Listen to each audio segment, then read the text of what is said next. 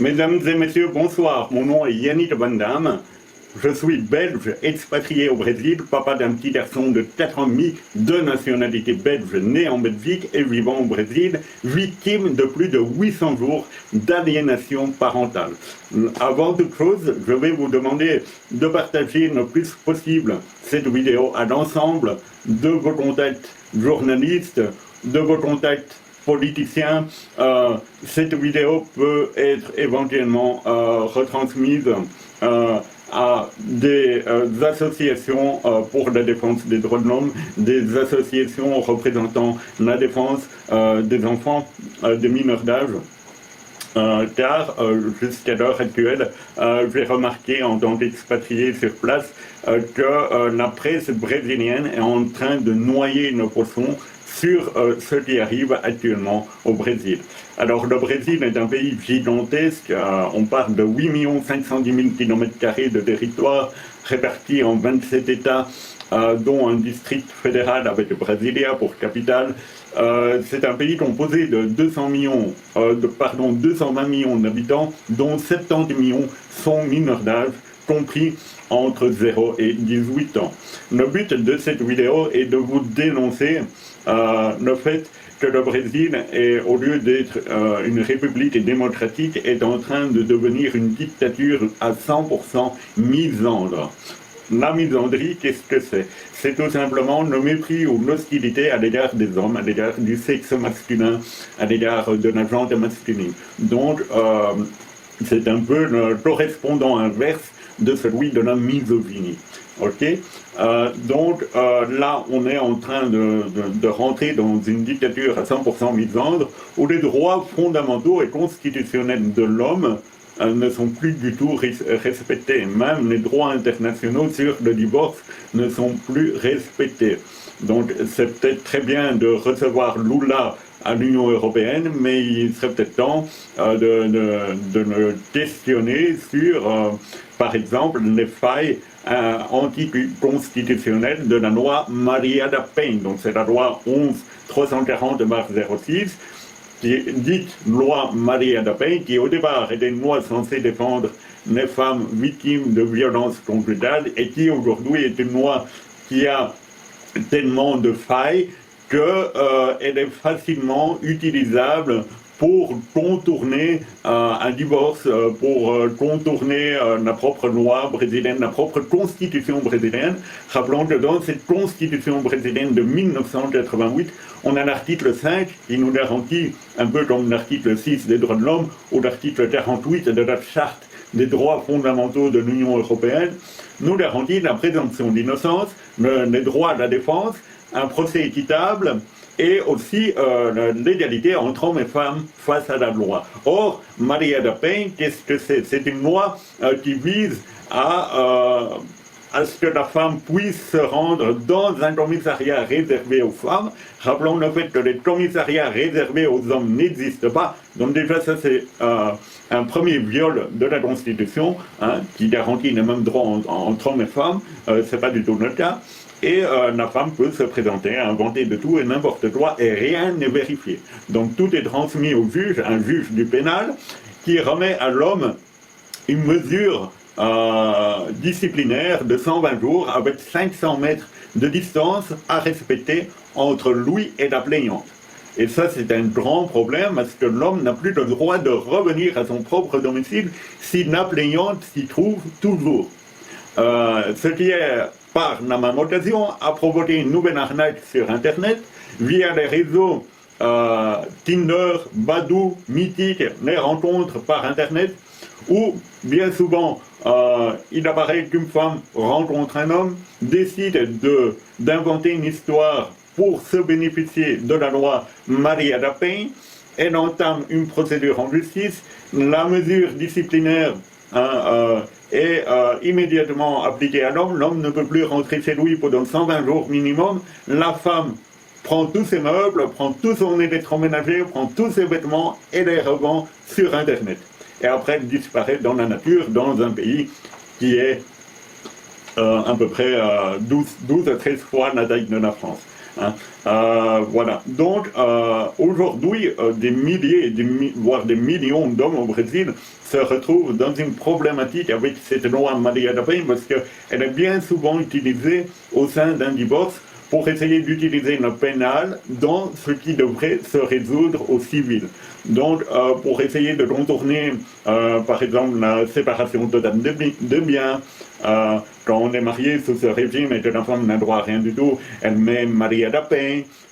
Maria da Penha, si un enfant contribue immédiatement à provoquer un acte volontaire d'aliénation parentale. L'aliénation parentale, qu'est-ce que c'est? C'est tout simplement quand un géniteur décide de distancier l'enfant de l'autre géniteur. Ça, par n'importe quel moyen. Ça, c'est de l'aliénation parentale.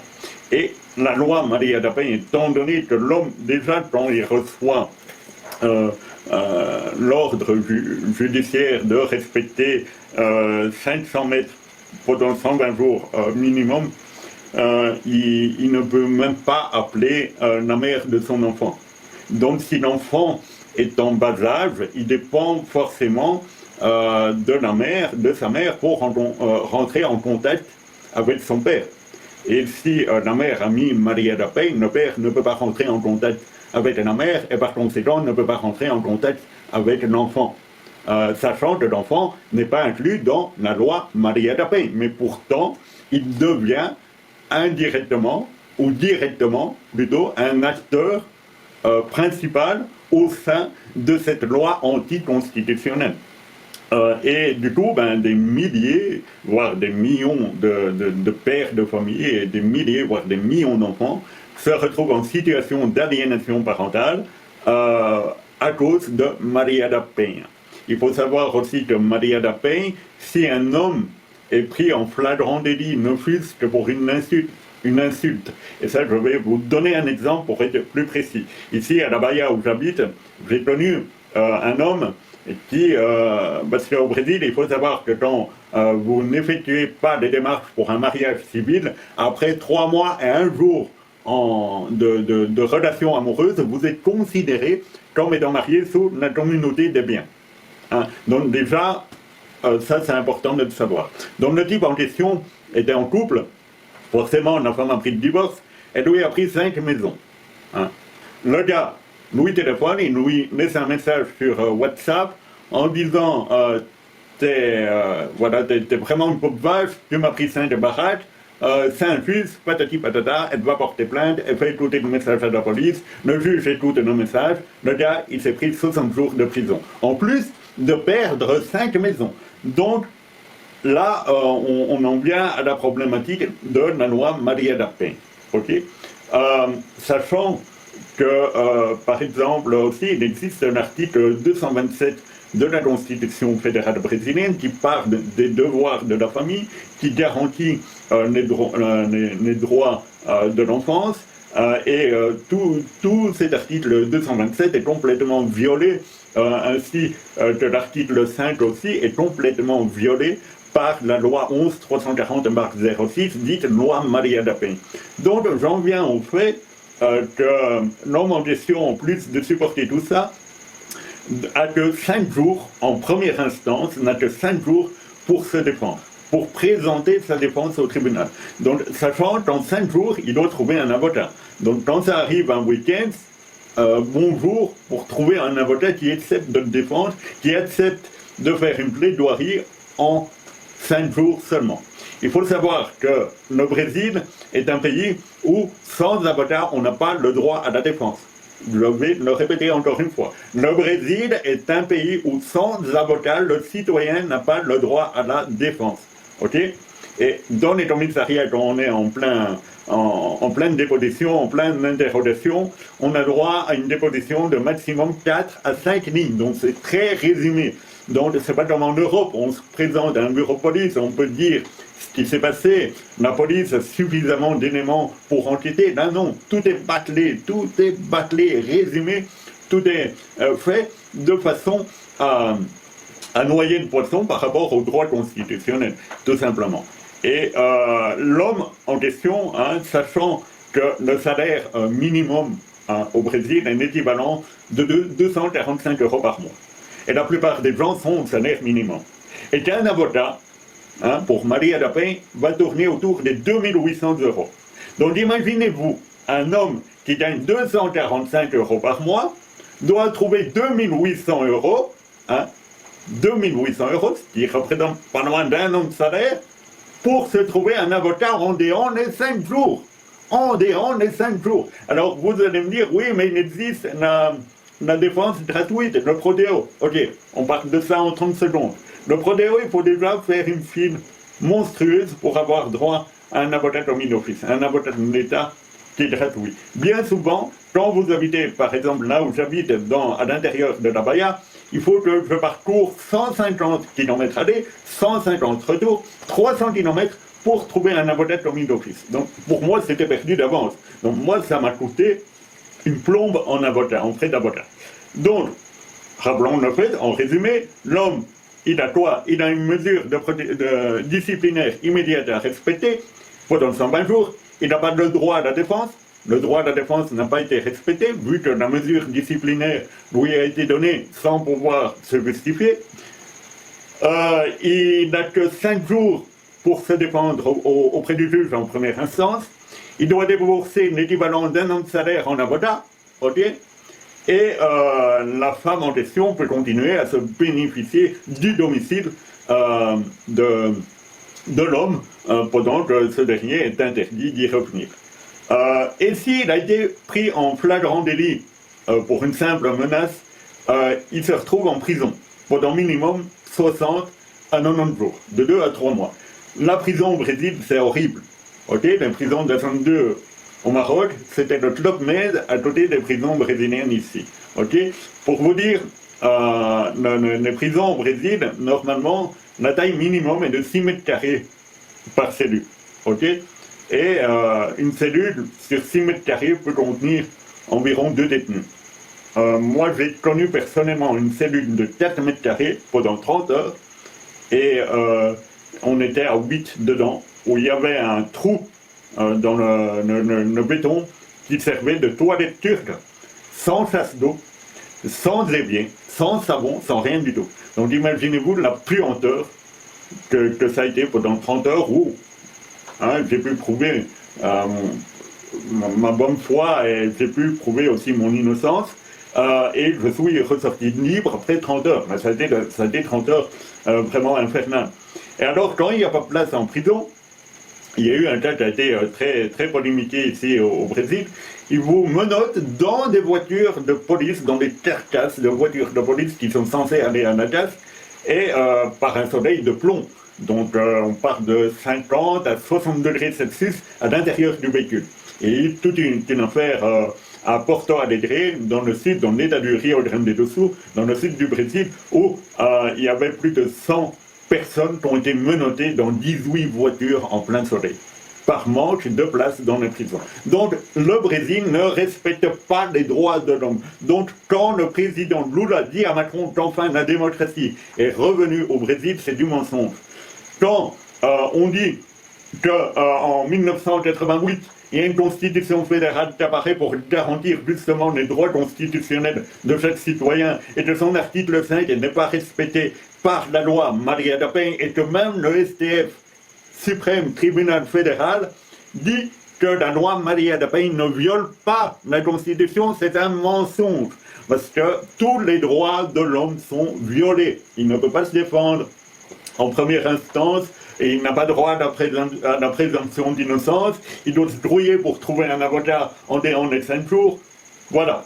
Et surtout, le plus grave, c'est que même avec la loi 12-318/10, qui condamne l'aliénation parentale, pratiquement, je veux dire, 95% des juges brésiliens n'appliquent pas cette loi. Et on retrouve dans des centaines, voire des milliers de procès d'aliénation parentale, on retrouve quoi? On retrouve la fameuse loi Maria da Penha qui a été mise en place de façon totalement calomnieuse et diffamatoire pour essayer de sentencier l'enfant du père en question, hein, du géniteur en question.